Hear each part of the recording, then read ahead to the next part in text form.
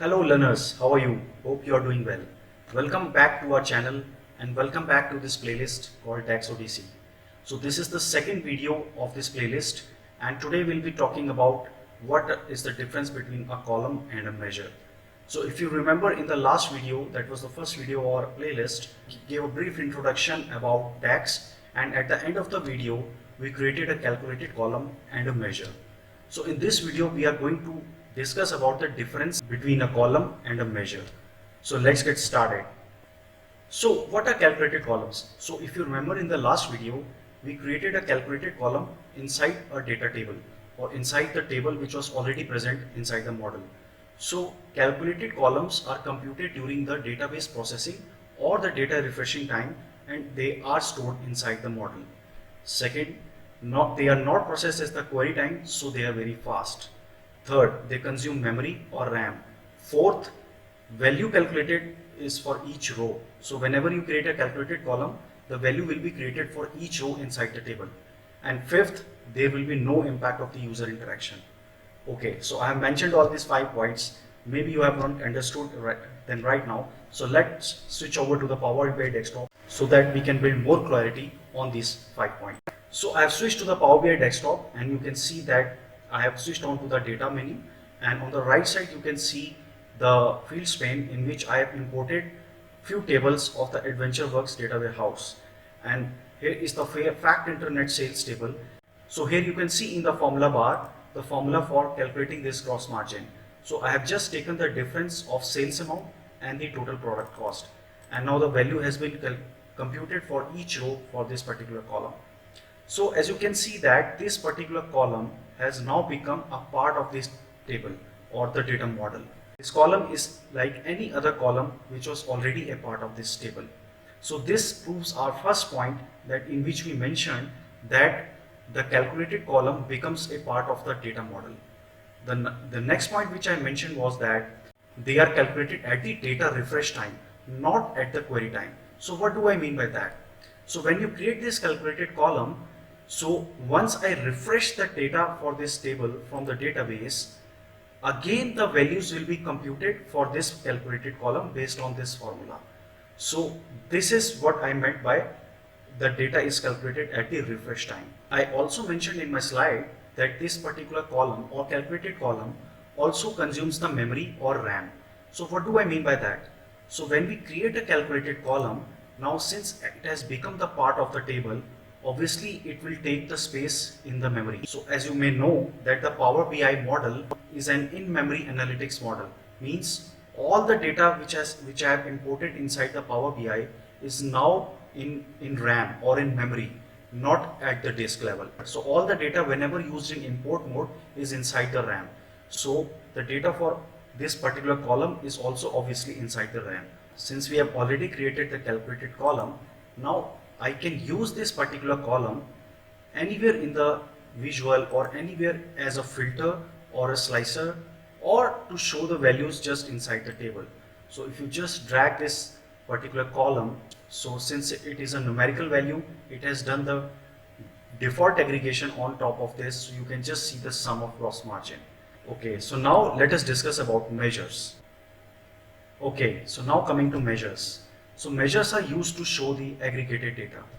Second, they are calculated at runtime or query time.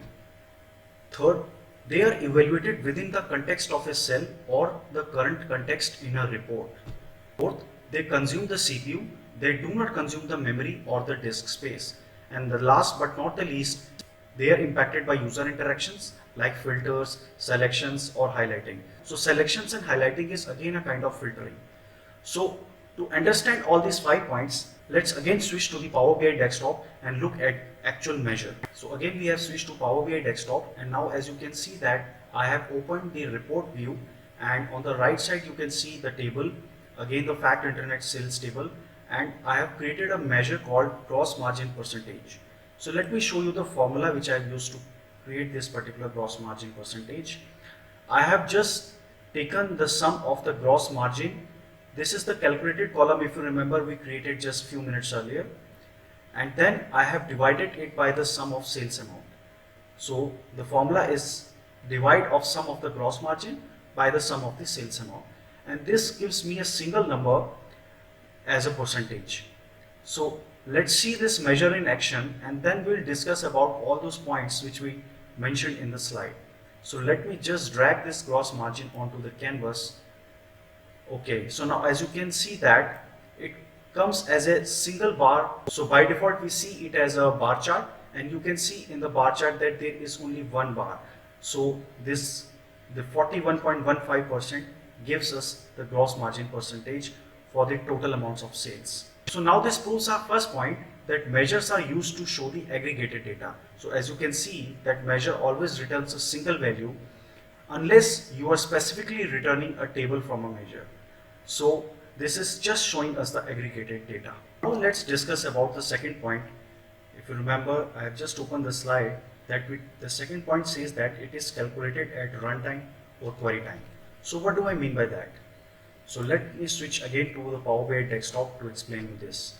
So when I say that it is calculated at runtime or query time, so basically what I mean is that the number is computed only when I drag this number onto the canvas, or when I'm actually using this measure, not while creating this measure. So when I created this measure, or created this formula, so this number wasn't computed at that point of time.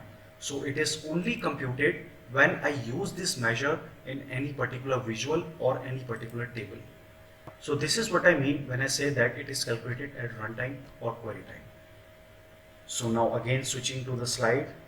So now the third point is that it is evaluated within the context of a cell or the current context in a report. So let's see that again in action. So as you can see that since we have already dragged this measure inside a visual, now let's see what do we mean by the current context. So suppose I just want to see the gross margin percentage based on each product category.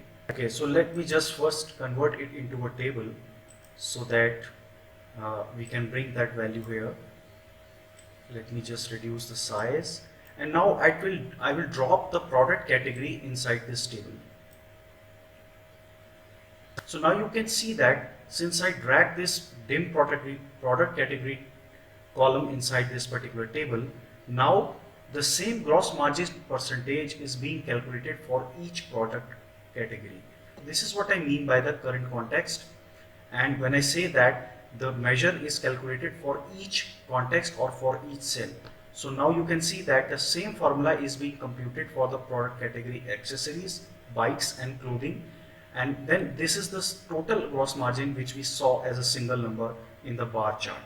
So now coming to the fourth point, in which I have mentioned that it consumes CPU, neither memory nor disk space. So what do I mean by that?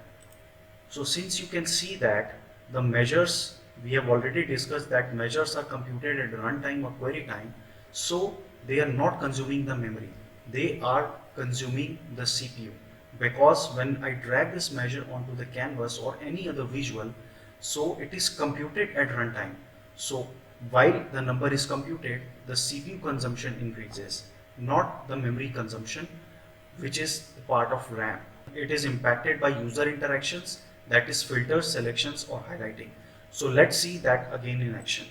So as you can see already that I have dragged the English product category table, and the same measure is computed for each product category. So let me also bring again the region from the geography, and let's see that whether this particular filter will have an impact on this measure or not.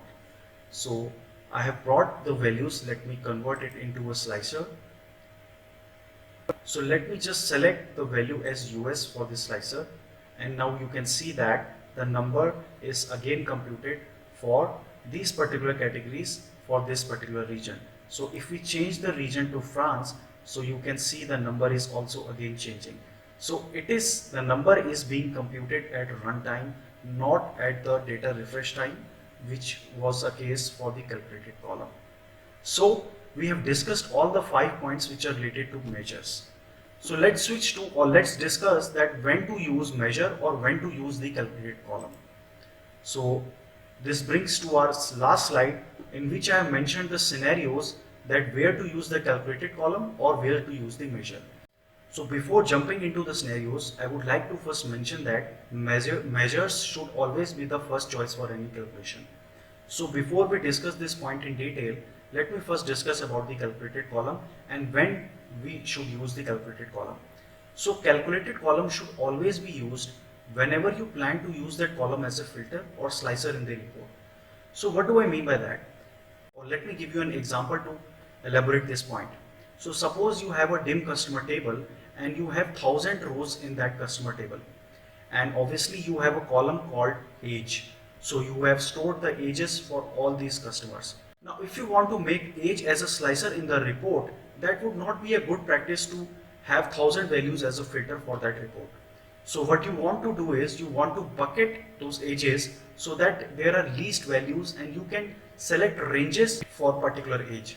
So what you will do is you will create a calculated or column in which you will create bucketing for those ages. So suppose you have created a bucket of 1 to 10, 10 to 20, 20 to 30, 30 to 40, 40 plus, and then 65 and so on. So suppose you have created 5 to 6 buckets starting from the age of 1 or 0 to age of 80 or 100. So now for these 7 buckets, this calculated column will be very easy to use as a slicer. So if you just want to see that how much sales I am making in this age bracket of 20 to 30, so you can just select one filter and you can easily recompute that particular measure based on that filter which we have just created. So this is the perfect scenario in which you want to create a calculated column. Now the second case when you want to create a calculated column is that when you will use that column to create a relationship within the model. So suppose you want to create a relationship based on that calculated column with any other table which is already present inside the model. So then in that case you can think about creating a calculated column. Other than that, calculated column shouldn't be your first choice and you should always use measures for doing any kind of simple or complex computations, because we discussed in the previous slide that calculated columns are stored as part of your data model and they increase the size of your data model, and that is not a good practice. And measures, since they are not stored and they are calculated at the runtime, so they will not consume your memory or your precious RAM. They will only consume a little part of CPU when they are computed. So that's it guys. So this brings us to the end of this video in which we have discussed about the difference between the calculated columns and measures and the scenarios in which we want to use the measures and calculated columns. And please don't forget to subscribe our channel. Goodbye, take care and see you in the next video.